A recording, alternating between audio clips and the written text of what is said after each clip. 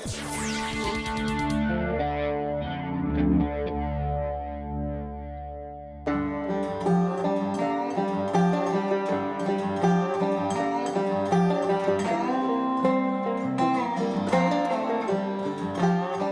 guys, in this video I'm gonna show you and tell you and explain how a part like this, about $24 it cost me, which is an ignition coil spark plug wire, can render a truck or even a motorhome undrivable. And also I'll tell you exactly what happened to us here at TFL Truck with our project vehicle, our F250 2020 truck with a 7.3 liter Godzilla V8. And also some reports that I've heard from other owners, guys like you and gals like you, who are on the road and actually having an issue with their truck. So let me explain to you how the issue occurred on this particular truck, our F250 Super Tremor. I was actually camping with the truck for a video we were filming, and I was just driving out of the camp spot, and I went down to get the boat. We had the boat in the lake, and I was pulling up on the boat ramp going about maybe 1 mile an hour, really crawling slowly. And I felt a little bit of a vibration, and I noticed a engine light blinking. Well, okay, I got a little bit worried, but I pulled the boat the rest of the way out, and I'll show you. I'll start the truck in a second, and I'll show you exactly what's going on now. Right now, the truck is fully fixed. This is a solution. Then I drove a little bit ways home. I was really concerned. I was really worried, but the family was in the truck, and we got the boat home. I took some side roads. I was going slowly, not on the highway. Got it. Called the dealer. And first thing that happened to me was they couldn't see me for about 9 or 10 days. Yeah, all the dealerships were backed up. I called about 5 dealers the next morning. None of them could see me right away. The best I could do was 4 days, but they didn't know much about 7.3 liter trucks. Plus, I have a camper on this truck. So finally found a dealership local in Colorado. They said, come back in 9 days. So we're filming a series of videos with this truck. No pavement needed, as you know. It was quite stressful. But then I started looking into it further. This is obviously a modified truck. It's got a giant lift kit, suspension, big tires, 37s. We've been beating on this truck for about 10,000 miles. Right here, you could see, currently we have 10,846 miles on this truck. And this problem occurred, about, I want to say 400 miles ago. So at least 10,000 miles were problem-free. It was beautiful. I even did an oil change video for you guys before 10,000 miles, where we actually changed the oil in this engine. We did an analysis on that oil. Results came back, with no issue. Everything was great. So finally, I read the code, got a scanner on the truck, read the code. The code showed misfire on cylinder 2. So misfire can mean many things. It could mean an ignition problem, could mean an injection problem. In this case, it turned out to be this wire. And this particular part number you could see right here, LC3Z12286. So we also had a tune on this truck, so we weren't exactly sure what caused the issue. I'm just being totally open and honest with you guys. So finally got the truck back to the dealer. The dealer confirmed it is a misfire on cylinder number 2. In this case, one cylinder was misfiring. And I could actually hear it when the truck was actually idling. You could kind of hear this misfire happening. Then I learned from another dealer that they have at least 2 other trucks with the same problem, but these were brand new trucks actually. And I wasn't able to get all the information about it, but these trucks were almost 0 miles on them. Also had wiring harness for the coil ignition system. And I don't know what can go wrong with a wire like this. It's a very simple wire. It's got a spark plug, and I'll show you under the hood in a second. And it's got a little coil connector on this side.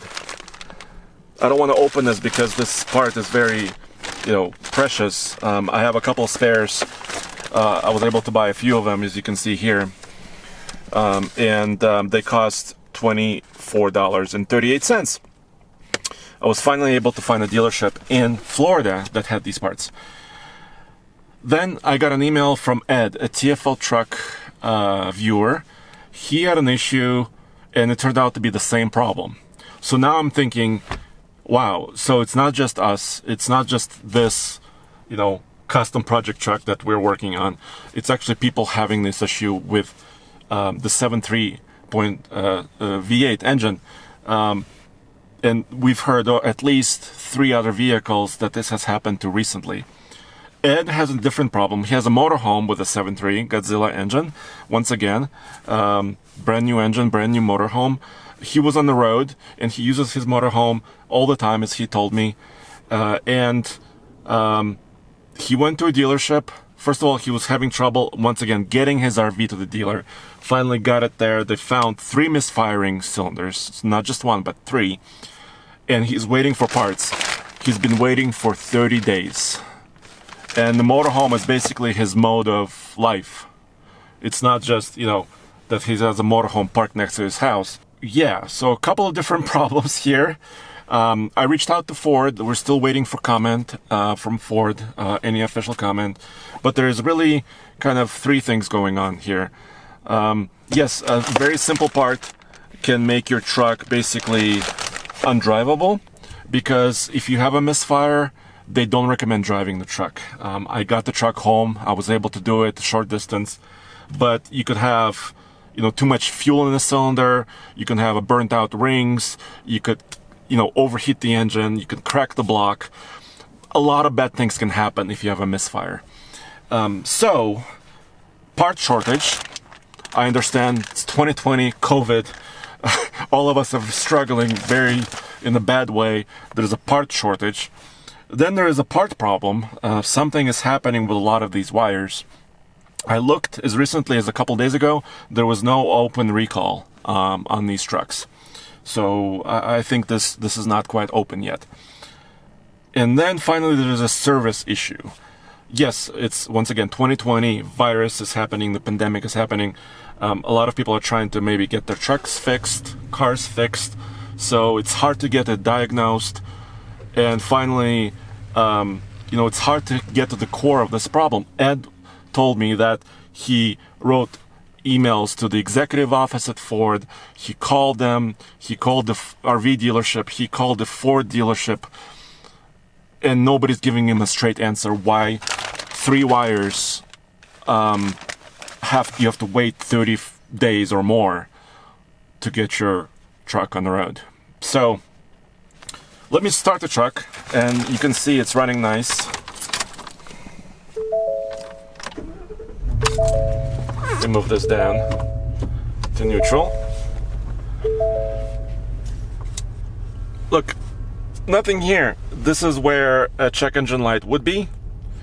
I'm all clear. Nice. We've actually been filming with this truck again. Took it off-roading, beat on it with this new wire, drove it about 500 miles, went off-roading in hot conditions, dusty conditions, really beat this truck up hard for no payment needed. No issue since the fix was done. It took me about 2 weeks. I called about 12 dealers to find this part in Florida, like I told you. Let me show you under the hood really quick before I close this down. And I have to give huge thanks to our Ford dealer, Brighton Ford, Colorado, and also to Ford, because this issue was taken care of under warranty, and in the end, we got the truck back on the road. So it's a little bit of a challenge to see this, but if you can kind of lean in. This truck is now like 9 feet tall, so I have to climb on top of it. So as you can see here, every cylinder has its own ignition coil, basically. And these wires are actually identical. You might think they might be different lengths, something might be different here, but basically this part is this wire that connects the coil to the spark plug, and that basically tells the cylinder when to fire. Obviously 4 on this side, 4 on that side. Cylinder number 2 is actually on the passenger side of the vehicle. That's also kind of difficult to find out exactly which cylinder is which. You can find out if you read the owner's manual, you can find out the firing order, but sometimes it's difficult to find exactly which number cylinder is which. But once you get the wire, I mean, it's really, and if you know exactly what the problem is, because you would have to test the coil, test the spark plug, test the injection system. I wouldn't recommend you just swapping wires and driving cross country. You really have to find out exactly what was wrong. But once you do, and if you call around, and if you can find a dealer with this part, then finally you can get this truck back on the road.